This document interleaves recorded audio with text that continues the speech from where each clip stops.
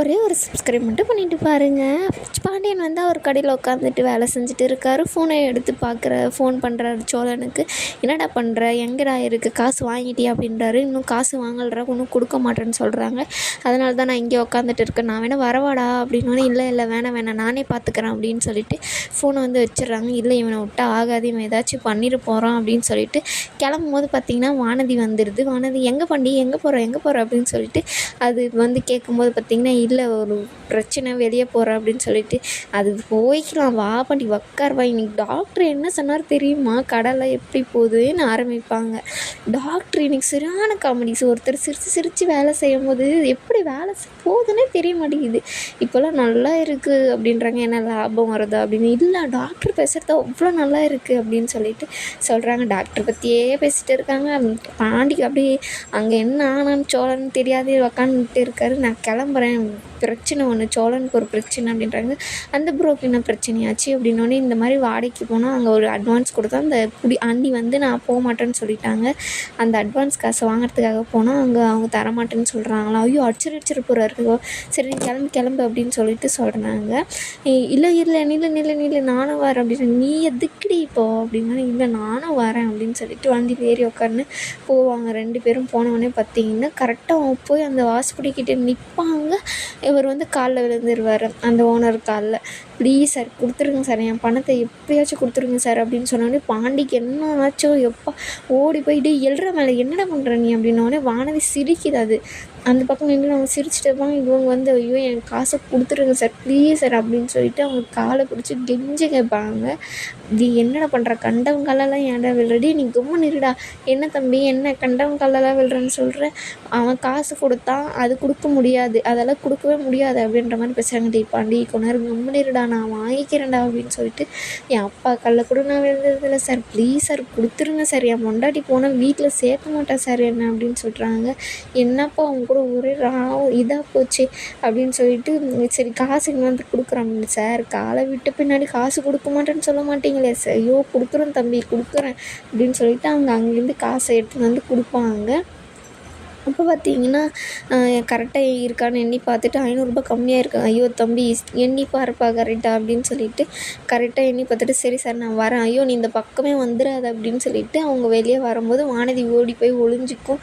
அதுக்கப்புறம் பார்த்தீங்கன்னா பாண்டியன் வந்து சொல்லுவார், என்னடா நீ ஏன்டா அவர் கல்ல போய் விழுற, என்னடா ஆச்சு உனக்கு அப்படின்னு. நானே எவ்வளவோ கேட்டு பார்த்துட்டேன்டா, வேறு வழியே இல்லை, இவங்ககிட்ட கெஞ்சினா தான் வழியே ஆகும்னு சொல்லிட்டு தான் காலில் விழுந்துட்டேன், அதுக்கு காலில் விழுவியா நீ, வேறு என்னடா பண்ணுறது, 1 ரூபா 2 ரூபாவா 20,000டா, என்ன நிலா என்ன பண்ணுவானே தெரியாது வீட்டுக்கு போனோம் அப்படின்ற மாதிரி சொல்கிறாங்க.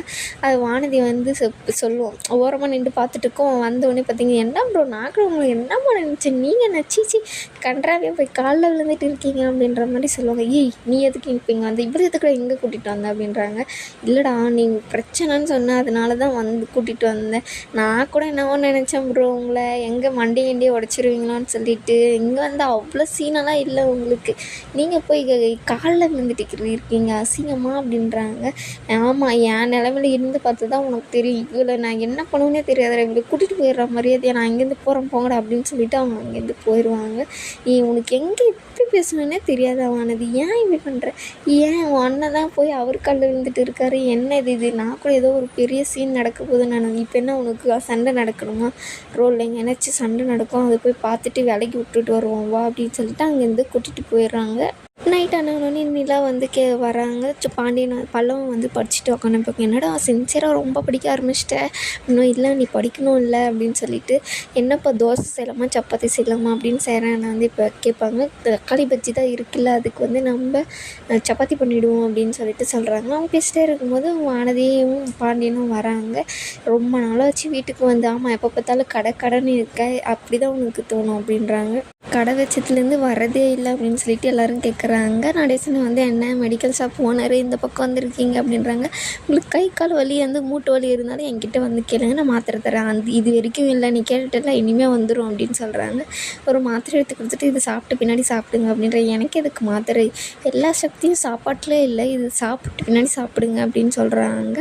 இது எப்போ காலையில் சாப்பிடணுமா நைட் சாப்பிடணுமா மதியம் சாப்பிடணுமா அப்படின்ற மாதிரிலாம் கேட்குறாங்க. நீங்கள் எப்போ வேணால் சாப்பிடுங்க, ஆனால் சாப்பிட்டு பின்னாடி சாப்பிடுங்க அப்படின்வாங்க. எல்லோரும் எதுனா உங்களுக்கு உடம்பு சரியில்லைன்னா அரவிந்த் டாக்டர் கிட்ட வாங்க, அவர் ரொம்ப நல்லா பார்ப்பார் அப்படின்னு.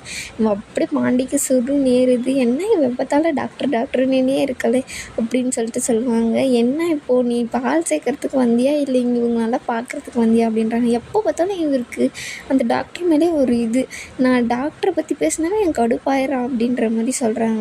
அப்படியெல்லாம் ஒன்றும் இல்லை அப்படின்னு சொல்லிட்டு எல்லோரும் சொல்கிறாங்க. உங்களுக்கு ஒரு ஜோக் சொல்லுவா, டாக்டர் எப்போ பார்த்தாலும் ஜோக் சொல்லிகிட்டே இருப்பார் அப்படின்றாங்க. ஒரு பேஷண்ட் வந்தாங்க, அவங்களுக்கு வந்து நிறைய பிரச்சனை இருக்குது, நீங்கள் நிறைய நடக்கணும், ஒரு குண்டா வேறு இருக்காரா, நான் நிறைய விளையாடுறேன் சார் அப்படின்னு சொல்லிட்டு சொன்னாங்க. என்ன விளையாடுறாருன்னு கேட்டால், ஃபோனில் பேட்டரி தீர்ற வரையும் விளையாடுறாரு அப்படின்னு சொல்லுவாங்க. எல்லாருமே சிரிக்க ஆரம்பிச்சிருவாங்க. பாண்டி மட்டும் சிரிக்கல, பழம் உளுந்து உளுந்து சிரிப்பான், நிலாவும் அப்படி தான் சிரிப்பாங்க. எல்லாரும் சிரிக்கிறாங்க. இதெல்லாம் ஒரு காமெடியே இல்லைடா, நீ வேறு எதுக்குடா, உன்ன மாதிரி ஆள் இருக்கிறதுனால நான் அப்படி காமெடின்னு சொல்லிட்டு ஒன்று சொல்லிட்டு இருக்கா அப்படின்னு சொல்லுவாங்க. இல்லை நான் நிஜமாக சிரிப்பு வருது, நாங்கள் ஐயோ கடுப்பாக இருக்கே அப்படின்ற மாதிரி இருக்கும். அதுக்கப்புறம் பார்த்தீங்கன்னா, உங்களுக்கெல்லாம் ஒன்று தெரியாது, சோளம் ப்ரோ ஒன்று பண்ணாரே இன்றைக்கி அப்படின்வாங்க. இன்றைக்கி கொஞ்சம் இவள் வளர்றா, நீங்கள் அதெல்லாம் ஒன்றும் இல்லை, நான் என்ன வளர்றேன் நான் சொல்லுவேன் அப்படின்வாங்க.